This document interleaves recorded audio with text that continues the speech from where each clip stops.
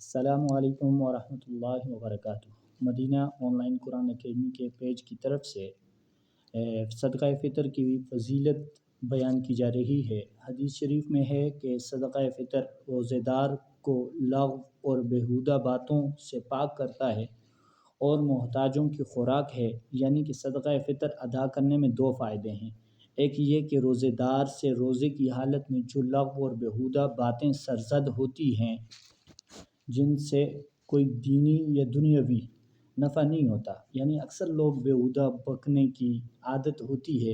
اور بعض تو فحش الفاظ بھی زبان سے نکال لیتے ہیں، روزے کا خیال نہیں کرتے۔ امید ہے کہ ایسی بے احتیاطیوں کا بدلہ صدقہ فطر ہو جائے۔ دوسرا یہ کہ صدقہ فطر سے فقراء اور مساکین کو روزی پہنچتی ہے، اور وہ لوگ جو خوشحال ہو کر بھیک مانگنے کی ذلت سے بچتے ہیں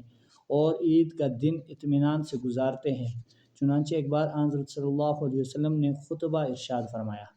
خطبے میں فرمایا، اے لوگو، آج عید کے دن محتاجوں کو سوال کی ذات سے بے نیاز کرو، اور یاد رکھو کہ فرزند آدم علیہ السلام کی عمر محدود ہے اور اس کے عمل ایک خزانے میں جمع ہیں، لہٰذا جس کا خزانہ نیکیوں سے مالا مال ہے وہ خوش و خرم ہے، اور جس نے برے اعمال جمع کر رکھے ہیں اس کا چہرہ زرد ہے۔ ہر ایک عمل کرنے والے کے لیے پورا حصہ ہے، اور اللہ تعالیٰ اپنے بندوں کے کسی عمل کو فراموش نہیں فرماتا اور نہ اپنے بندوں کو آزاد اور بے مہار چھوڑتا ہے۔ بڑی ایک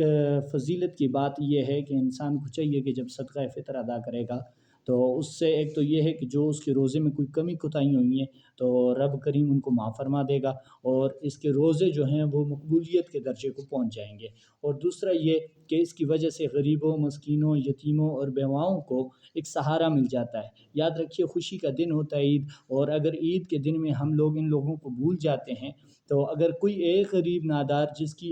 ہمیں پہنچے گی تو اس سے پہلے ہمیں سوچنا چاہیے کہ ہم اس کی مدد کریں، اسی صورت میں کریں تاکہ اس میں ریا بھی نہ ہو، دکھلاوا بھی نہ ہو، کسی پہ زور و جبر بھی نہ ہو، اور نہ ہی کسی پہ احسان کی نیت سے ہم کر رہے ہوں۔ یاد رکھیے، یہ جو صدقہ فطر دینا ہے یہ اللہ کی رضا کے لیے دینا ہے، کسی پہ کوئی احسان کر کے نہیں دینا۔ یہ نہیں ہے کہ جی پورا ایک دن دے دیتا ہے صدقہ فطر اور پورے سال کے اندر جی میں نے فلاں وقت میں تمہیں صدقہ فطر دیا۔ یاد رکھیے، ایسا عمل نہ کیجیے، اور جب کسی غریب سے مدد کیجیے تو اللہ کی رضا کے لیے کیجیے، تو رب کریم اس کے بدلے میں دنیا آخرت میں آپ کو نفع بھی عطا فرمائے گا، اجر بھی عطا فرمائے گا۔ رب کریم سے دعا ہے ہم سب کو اس فضیلت کو سن کر کے عمل پیرا ہونے کی توفیق عطا فرمائے، آمین بجائے آمین۔